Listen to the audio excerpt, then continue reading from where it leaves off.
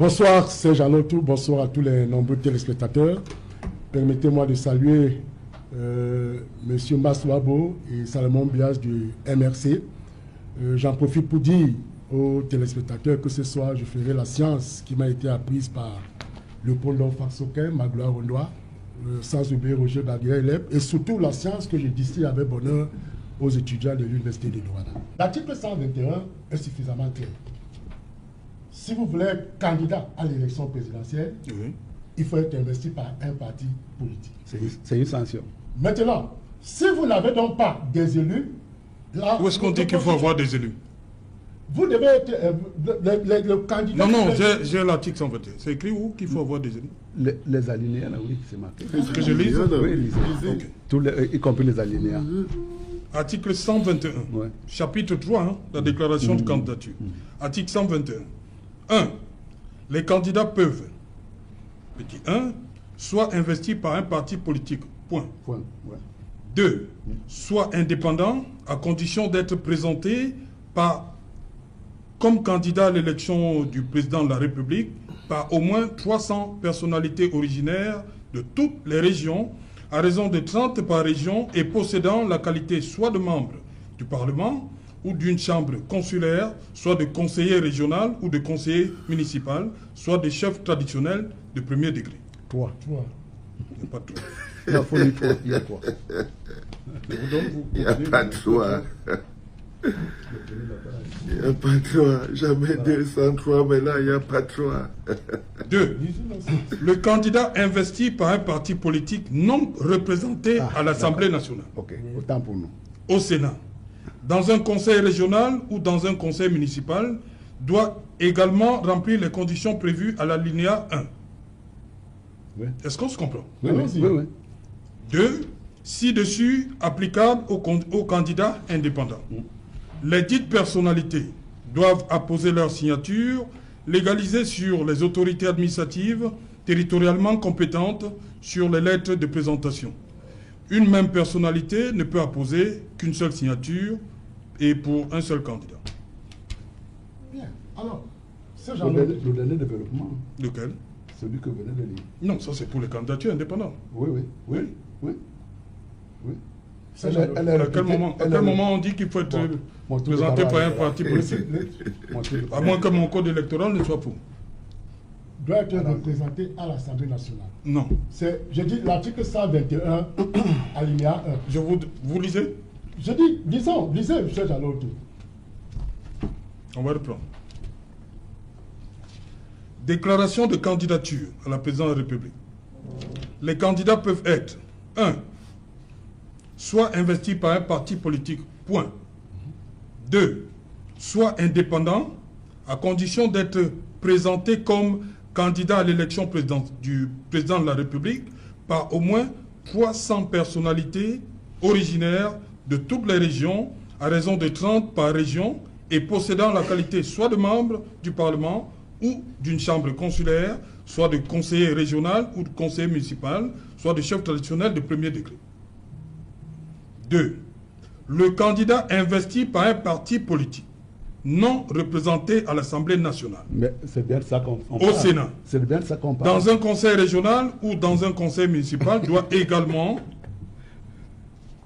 remplir les conditions prévues à l'alinéa 1. M. Jaloto. Je pense que Ci-dessus, voilà.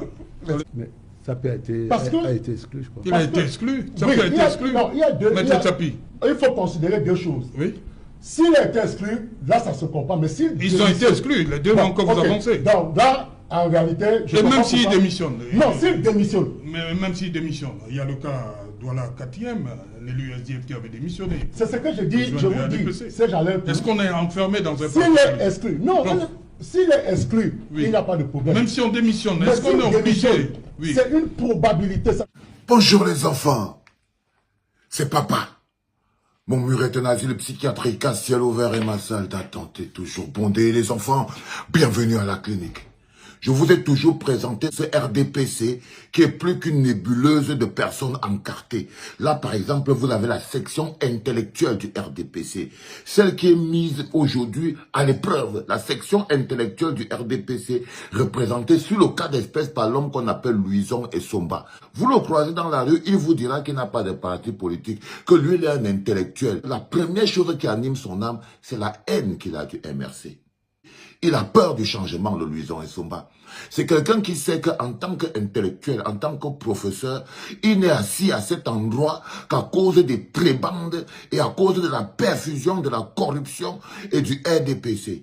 Et là, en ce moment précis, quand tu manges l'argent du RDPC, même pendant 10 ans, un jour tu payes ça.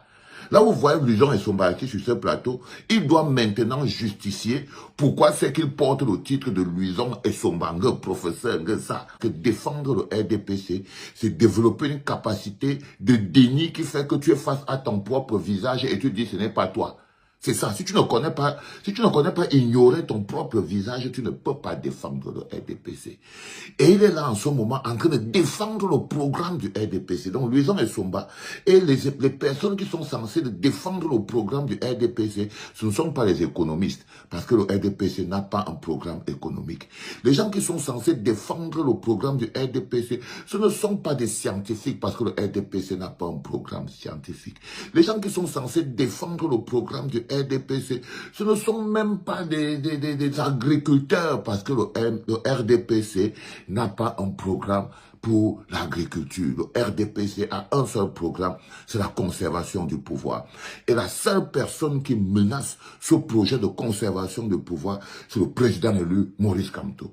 Du coup, la seule lutte du RDPC consiste dans tout leur programme du RDPC consiste donc à faire trouver un moyen pour pouvoir empêcher la candidature de Maurice Kamto. C'est le programme du RDPC.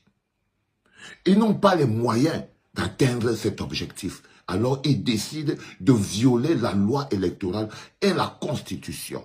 Il faut savoir le processus. Je vous explique ce qui se passe. Donc, le RDPC se rend compte que dans leur programme qui consiste à annuler la candidature de Maurice Kamto, ils ont besoin donc de violer la loi électorale. Ils ne peuvent pas y aller normalement. Ils doivent violer la Constitution. Est-ce que vous croyez que ça les a arrêtés? Non. Ils ont décidé de violer la loi électorale et de violer la Constitution. Mais avant qu'ils y arrivent, ils ont besoin d'installer ça comme une réalité dans vos esprits. Avant qu'ils appuient le bouton de violation de la Constitution et violation de la loi électorale, il faut d'abord qu'ils s'assurent que le mécanisme de zombification est totalement au point où vos esprits, nos esprits, les esprits du peuple sont prêts à accepter une violation de la loi électorale. Ils veulent d'abord s'assurer de ça. Voilà où apparaît donc les Louison Essomba. Dans le mécanisme de convaincre les esprits, de préparer les esprits des Camerounais à la violation de la loi électorale et à la violation de la Constitution par le RDPC. Il est là assis comme un intellectuel à gage, missionné pour pouvoir venir dans vos esprits, préparez vos âmes ou vos esprits à la violation de la Constitution et la violation de la loi électorale qui est en train d'arriver. Et croyez-moi, ce n'est pas Maurice Kamto qui en souffre. Tout ce que vous voyez là, ce n'est pas Maurice Kamto qui en souffre. Il fait tout ça pour son intérêt personnel. Il fait tout ça pour sa carrière. Il fait tout ça pour avoir le bonheur au milieu des misérables qui souffrent. Ce qu'on appelle les intellectuels de la conservation de pouvoir. Ce n'est pas Maurice Kamto qui vole la victoire, c'est au peuple camerounais. Parce que quand vous voyez un intellectuel qui lui-même ne pense pas que le peuple a besoin d'eau, de ponts, de routes, d'hôpitaux, de santé, d'air qui respire, de liberté d'expression, d'un jeu démocratique qui fonctionne, d'un état de droit qui fonctionne, d'une société de justice, alors c'est pas un intellectuel. Et ce Louison Essomba, il est dans son rôle. Celui de la conservation de pouvoir, parce que c'est eux maintenant qui doivent faire la campagne pour Paul Biya.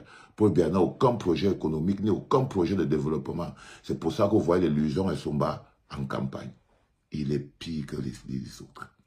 Mais bon, heureusement Serge Alain Autou était là pour fixer le truc. C'était pas par les enfants.